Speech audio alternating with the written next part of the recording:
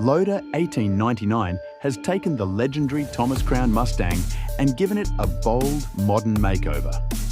Inspired by the 1968 Shelby Mustang GT350 from the Thomas Crown Affair, 1999, this off-road-ready concept blends classic muscle with cutting-edge engineering. If demand is high, this beast could hit the production line.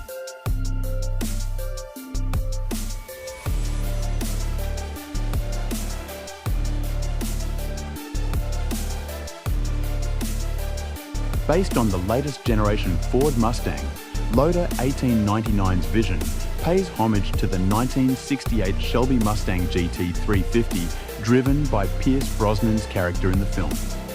However, this isn't just a simple throwback.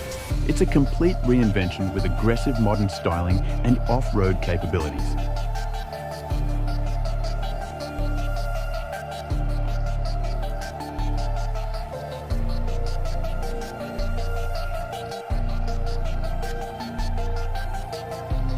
The design boasts widened fenders, a reinforced suspension setup, and rugged all-terrain tires, ensuring it commands attention on the streets while delivering exceptional performance both on and off the beaten path.